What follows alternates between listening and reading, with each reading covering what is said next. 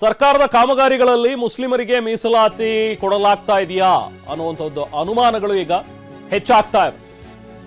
ಸರ್ಕಾರದ ಗುತ್ತಿಗೆಯಲ್ಲಿ ಮೀಸಲಾತಿ ತರೋದಕ್ಕೆ ಚಿಂತನೆ ನಡೀತಾ ಇದೆ ಅನ್ನುವಂಥದ್ರ ಬಗ್ಗೆ ಇರುವಂತಹ ಪ್ರಶ್ನೆಗಳು. ಗುತ್ತಿಗೆಯಲ್ಲಿ ಮೀಸಲಾತಿಗೆ ಈಗ ರಾಜ್ಯ ಸರ್ಕಾರ ಮುಂದಾಗಿದೆ. ಅಲ್ಪಸಂಖ್ಯಾತ ಕಲ್ಯಾಣ ಇಲಾಖೆಯಿಂದ ಸರ್ಕಾರಕ್ಕೆ ಇಂಥದ್ದೊಂದು ಪ್ರಸ್ತಾವನೆ ಹೋಗಿದೆಯಾ?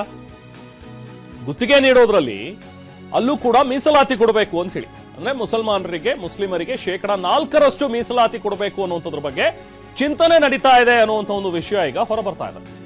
ಪಾರದರ್ಶಕತೆ ಅಧಿನಿಯಮಕ್ಕೆ ತಿದ್ದುಪಡಿ ತರೋದಕ್ಕೆ ಕೂಡ ಸರ್ಕಾರದ ಮಟ್ಟದಲ್ಲಿ ಗಂಭೀರವಾಗಿ ಚಿಂತನೆ ಆಗಿದೆ ಅನ್ನುವಂಥದ್ರ ಬಗ್ಗೆ ಈಗ ಬಲ್ಲ ಮೂಲಗಳು ಮಾಹಿತಿಯನ್ನು ಸ್ಪಷ್ಟಪಡಿಸ್ತಾ ಇವೆ. ಬೆಳಗಾವಿ ಅಧಿವೇಶನದ ವೇಳೆ ಕಾಯ್ದೆಗೆ ತಿದ್ದುಪಡಿ ತರೋದಕ್ಕೆ ಚಿಂತನೆ ಮಾಡ್ತಾ ಇದ್ದಾರೆ. ಪ್ರವರ್ಗ 2B ಗೆ 1 ಕೋಟಿವರೆಗಿನ ಗುತ್ತಿಗೆ ಮೀಸಲಾತಿ ನೀಡಲಾಗಿದೆ.